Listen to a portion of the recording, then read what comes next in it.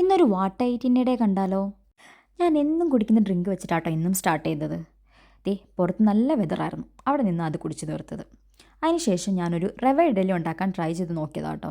പക്ഷേ യോഗട്ട് ഇല്ലാത്തത് കാരണം അതങ്ങ് പാളി. അപ്പോൾ അത് ഉപ്മാവിലും പഴത്തിലും അവസാനിച്ചു.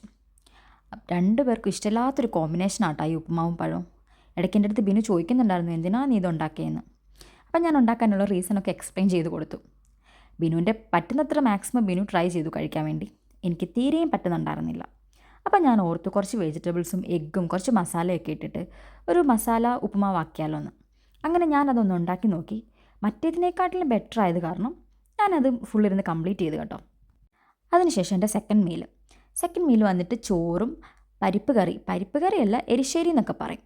എരിശ്ശേരിയും പിന്നെ മട്ടൻ കറിയും. അതിനുശേഷം ഒരു 4 മണി കഴിഞ്ഞപ്പോൾ കുറച്ച് സ്ട്രോബെറി മിൽക്ക് ഷേക്കും കുടിച്ചു. അതിനുശേഷം ഞങ്ങളൊന്ന് പുറത്ത് പോയി കേട്ടോ. പുറത്ത് പോകുമ്പോഴേ ചില സമയത്തൊക്കെ ഞാൻ ഈ ഒരു സാധനം ട്രൈ ചെയ്യാറുണ്ട്. നല്ല ബണ്ണിനകത്ത് ജാമും കസ്റ്റാർഡും ഒക്കെ ഫില്ല് ചെയ്ത് നല്ല അടിപൊളി ഒരു ഐറ്റം കേട്ടോ. എനിക്ക് ഭയങ്കര ഇഷ്ടമാണത്. അപ്പം ഞാൻ അതും ട്രൈ ചെയ്ത് വീട്ടിൽ തിരിച്ചെത്തിയപ്പോഴത്തേക്കും ഞാൻ വല്ലാണ്ട് ടയേർഡായിപ്പോയി.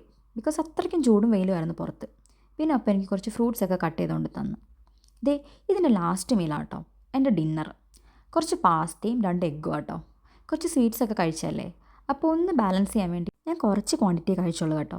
അപ്പോൾ ഈ ഒരു ഐറ്റത്തോടു കൂടി ഇന്നത്തെ എൻ്റെ വാട്ടൈറ്റിൻ്റെ ഡേ അവസാനിച്ചു.